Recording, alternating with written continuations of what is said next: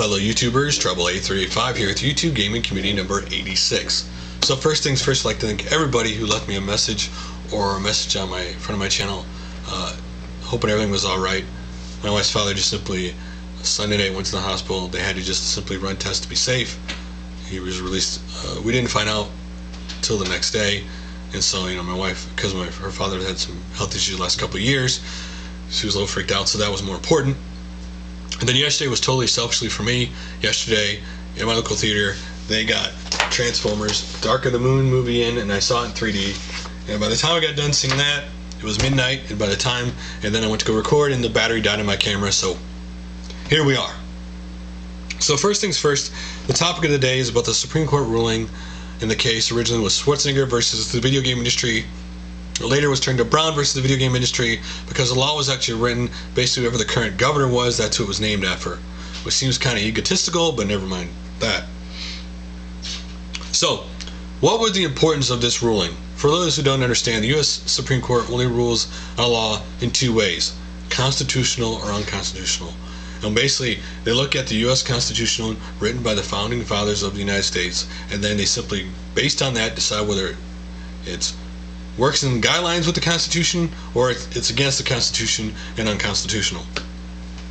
In this case, they ruled 7-2 that the California law was unconstitutional, shooting it down, and the law was basically to ban violent video game sales to children. Now, I know what you're going to say, and here it comes. Well, there are some few bad parents out there who let their kids do whatever they want, so I like the law. Well, let's put it this way. If the states and the federal government already have in place fines if they give children, inappropriate ages these games, if they would actually enforce that on the stores who sell the games, then you wouldn't need the law. And let's be honest here, it doesn't matter what law you make, kids will find a way to play it. It's just the way it works anyway. But anyway, they ruled it unconstitutional, and then the way the Supreme Court wrote the ruling, it's almost impossible for them to pass a law like this, because they were so specific in their ruling that it'd be really hard for any state to bring this law back. But more important than that, the most important ruling out of it was they said that video games should get the same First Amendment rights as DVDs and movies and other media like books. And that's very important, because by that ruling, publishers, it's going to be very, very hard for publishers to make it illegal to sell a video game secondhand, because now they get the same rights as books and DVDs, which are already allowed to sell secondhand, or for them to shut down retro stores. That is the most important part of this ruling for gamers. I always love these laws. They like to hide behind kids. The truth is, you didn't need this law if they enforced the fines and the rules that were already in place. Ultimately, it is up to the parents' decision. Each kid, I know everybody likes to lump kids together, but the truth is, every kid is different in their maturity level, what they can handle and not handle.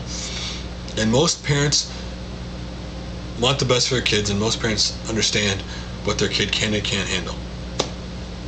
So, enough about that. So, VK White sent me a message on Skype, a link to a website that they just released a Genesis/Mega Drive game called Star Odyssey. And I will read the description they left from the website for the game. Originally, the game was produced by Hot Beat Company Limited. Star Odyssey was originally released in Japan underneath the title Blue Almanac in 1991.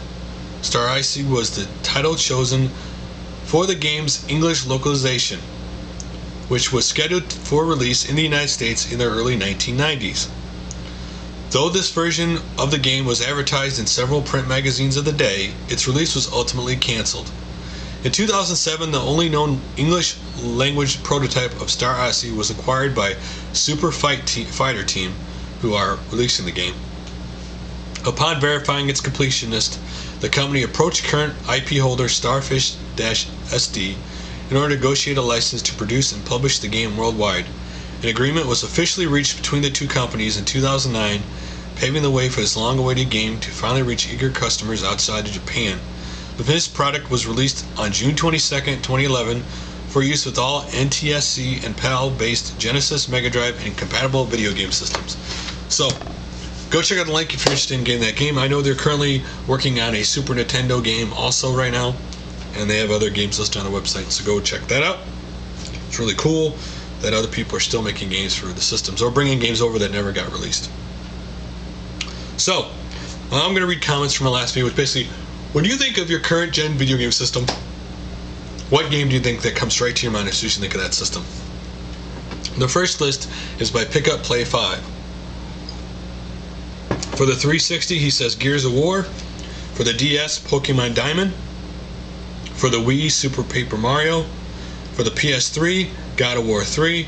And for the PSP, Mega Man Powered Up, which I've never played Mega Man Powered Up on the PSP. Anyway, next up is Nerox. He said, first thing that comes to my mind when I think of these consoles, for the 360, Forza. For the PS3, Gran Turismo 5. And for the Wii, Mario Kart. You know, you can find it hard to believe that I've never actually beaten every track in Mario Kart. Anyway. So, next up is Crow111, and his were for the PS3, Wipeout HD seems so perfect for that system. For the 360, Forza Motorsports, any of them. For the Wii, Super Mario Galaxy 1 and 2, or 2. And for the PSP, Hot Shots Golf Open T, 1 or 2. And then on the DS, Mario Kart DS, probably my favorite Mario Kart game. And last but not least, Pee-wee23, he put all the consoles he owns or have, and I'll list them all. For the NES, he liked Super Mario 3, my favorite Mario game of all time. For the Super Nintendo, Zelda Link to the Past. For the PlayStation 1, Final Fantasy 7. And for the N64, Mario 64. For the Dreamcast, Tokyo Extreme Racing. For the GameCube, Mario Sunshine. For the PlayStation 2, Final Fantasy 10. For the PS3, Call of Duty. And for the Wii, Wii Sports. Now, here are the videos to check out. The first video is by someone who we haven't heard from in a very long time in the community, and that would be by PocketMego, The Possible Return of the Channel Genesis. The last video he made before this was August 10th, 2010. Like one of the very first YouTube gaming community videos, I point out his goodbye video. So it's cool that he's back. He goes to, talks about his current setup and the systems he owns and all that stuff. So if you really want to check it out, really great guy in the community, you should really check out his video. Next up is MrDSBXFinest, his My PlayStation 2 collection, but he also shouts out some people in the community, so go check that out. Next up is SabakunoJennifer DS Collection 2011. She goes through all of her DS games and why she likes them or doesn't like them. Next up is Nemesis3561, a big gaming community shout out. He shouts a lot of people out in the gaming community in this video, so go check that out. Next up, OnlineGamingWarriors Episode 11. TF2 is free, Duke Nukem sucks, ? And Sega Generation Demo Thoughts. On this podcast, I'm actually a guest, and really cool discussions about a lot of different things that are in the video game news. Obviously, Sonic's 20th birthday, a lot of different conversations. If you're interested, check that out. It's very interesting being on that, because they have a very set questions that they go through, and very interesting. So if you're interested, if you want to hear me babble some more, go check that out. Next up, A Murphy 245, Japanese Game Boy Color and Pikachu printer, if you've never seen one of those. And for some comedy, check out HappyConsoleGamer's Outtakes Part 11. Next up, the Gibbs 24, My Gaming Mission, Girly Gamer. This is more about the Spalding thing in October 2011, and she shows you her mission and other people who have gotten their missions, which is really cool. Next up is XXX, Axel Vengeance 90XX. The TheGCPodcast Special Shoutout. He describes their podcast that they do and who's involved in the podcast, so you should check that out. Next up is PsiManUK Episode 0, a sort of mission statement thing. It's about him. It's about him sitting on the couch. I don't have the exact title of it, but if you want to check out the mission statement for his new series he's starting, check out the video link I'll have below.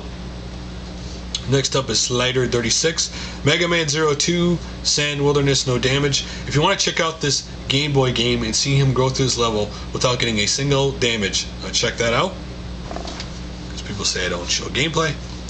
Next up is PressStartComic, Tron Legacy Pinball Launch Party NYC.